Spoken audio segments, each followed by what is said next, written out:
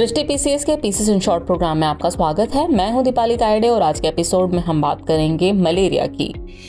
लेकिन सबसे पहले जान लेते हैं कि टॉपिक आखिर खबरों में क्यों है।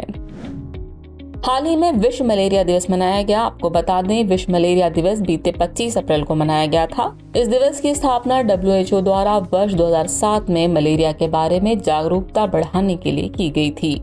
इस वर्ष यानी 2023 की इस दिवस की थीम है time to deliver zero malaria, invest, innovate, implement. चलिए जानते हैं कि मलेरिया क्या है।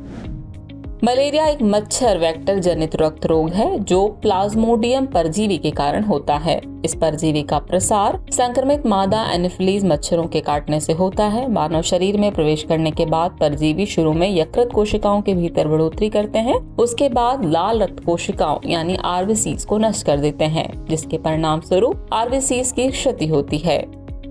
मलेरिया परजीवी की 5 प्रजातियां पाई जाती है जो मनुष्यों में मलेरिया संक्रमण का कारण बनती है। इनमें से 2 है जिनसे मलेरिया संक्रमण का सर्वाधिक खतरा होता है। ये है प्लाज्मोडियम फाल्सिपेरम और प्लाज्मोडियम विवेक्स। ये मुख्य रूप से अफ्रीका, दक्षिण अमेरिका और एशिया के उष्णकटिबंधीय एवं उपोष्णकटिबंधीय क्षेत्रों में पाया जाता है।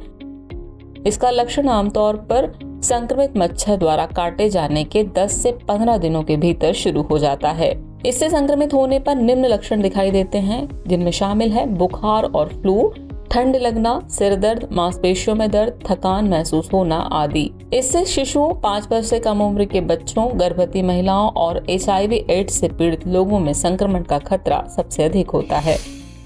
चलिए जानते हैं कि मलेरिया से बचाव के लिए क्या उपाय किए जा सकते हैं।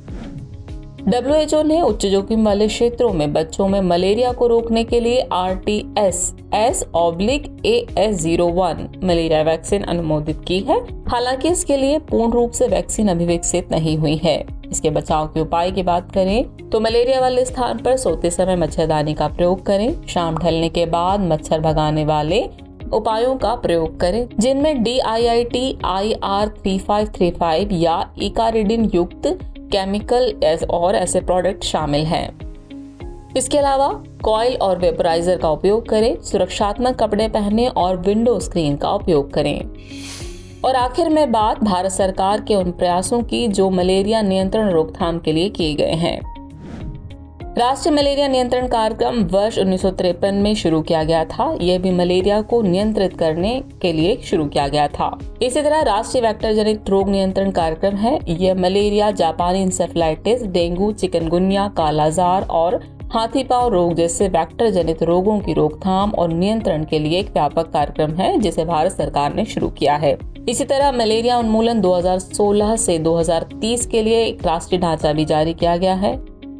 इसके अलावा high burden to high impact पहल का कार्यान्वयन जुलाई 2019 में 4 राज्यों पश्चिम बंगाल, झारखंड, छत्तीसगढ़ और मध्य प्रदेश में शुरू किया गया था।